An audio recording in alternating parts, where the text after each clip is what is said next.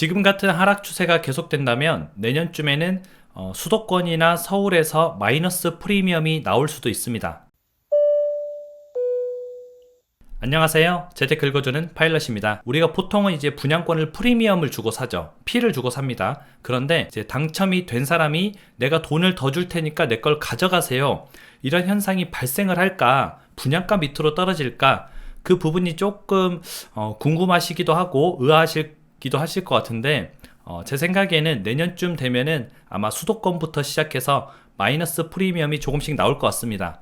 제가 이제 아침에 일어나서 매번 매일매일 전국의 이제 주요 아파트들 시세를 매일매일 체크를 하고 있는데요. 거래량이나 시세, 전세 가격 이런 것들을 좀 체크를 하고 있는데 최근에는 무피까지 나온 매물들이 나왔습니다. 그러니까 분양권에서 피가 없으니까 내 거 그냥 가져가세요 하는 매물들이 수도권에 좀 나오기 시작했다는 거죠. 굉장히 드문 일입니다. 이게 거의 한 2012년 그때 이후로는 아마 처음일 거예요. 거의 10년 만에 이런 현상이 나타나고 있는데 여기서 조금 더 예를 들어서 가격이 조정이 된다면은 마이너스 프리미엄까지도 나올 수가 있다는 뜻이죠. 현재 무피가 거의 마이너스 프리미엄이나 다름없습니다. 어떤 매물들은 이제 등기를 한 이후에 거래를 할 수 있는 그런 매물도 있거든요. 그래서 몇 월 며칠 등기 이후에 거래가 가능합니다. 그런 문구가 있더라고요.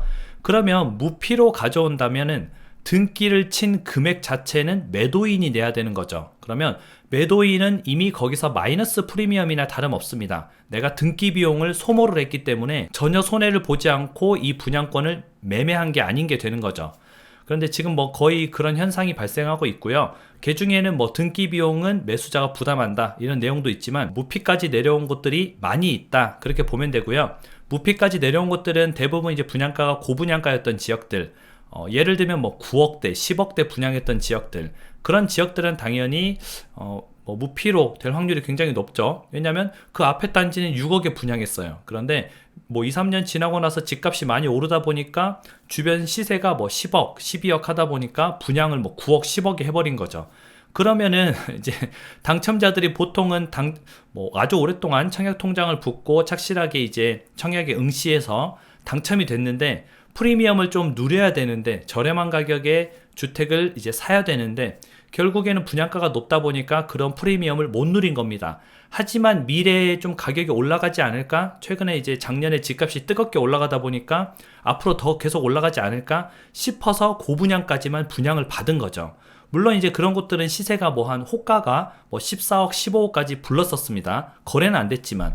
그런데 최근에 이제 거품이 좀 빠지면서 약간은 그 호가들이 낮아지고 그 호가들이 분양가 근처까지 내려오는 현상이 좀 발생을 한 거죠. 분양권은 미래의 기대 때문에 사는 거거든요. 그런데 당장 봤을 때 부동산이 급격하게 반등할 것 같지 않으니까 미래에 대한 기대가 없는 거죠. 기대가 없다 보니까 분양권을 사지 않는 그런 현상이 발생하게 되고 누군가는 팔아야 되니까 분양권의 가격이 조금씩 낮아지기 시작을 하는 겁니다. 그래서 이제 고분양가로 분양되었던 분양권들이 아마도 내년쯤 되면은 마이너스 프리미엄까지 나오지 않을까. 수도권에서조차. 지방은 이미 나오고 있어요. 대구 같은 경우는 마이너스 1억까지 나왔죠. 근데 평균적으로 마이너스 5천, 6천 이런 것도 많고요. 근데 서울이나 수도권에서는 그런 현상이 나타나지 않을 것이다 라고 예상을 하고 있지만 많은 사람들이 제가 봤을 때는 지금 이 추세가 계속된다면은 서울이나 수도권에서도 내년쯤에는 마이너스 프리미엄이 나올 수도 있습니다.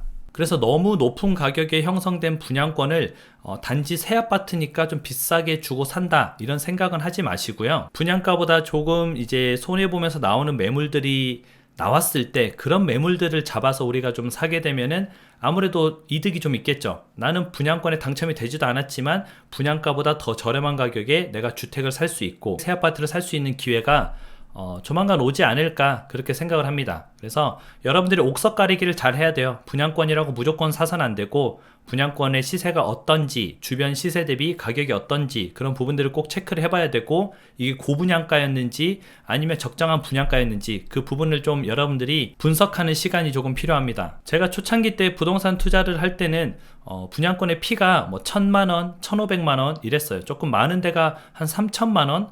근데 어떻게 보면 그러던 시절이 좀 정상적인 분양권 프리미엄이었지 않을까 그렇게 생각을 합니다. 근데 지금 분양권 프리미엄 시장은 뭐 P가 6억, 많이 붙은 데는 10억 이렇게 붙어 있는데 과연 이게 정상적인 프리미엄인가 한번 우리가 생각을 해볼 필요가 있는 거죠. 일부 지역은 분양권 프리미엄 가격이 조정이 되고 있지만 일부 지역은 여전히 높은 가격이 형성이 되고 있어요. 이 높은 가격에 형성이 된 분양권 프리미엄에는 굳이 여러분들이 관심을 가지지 않아도 될 것 같습니다.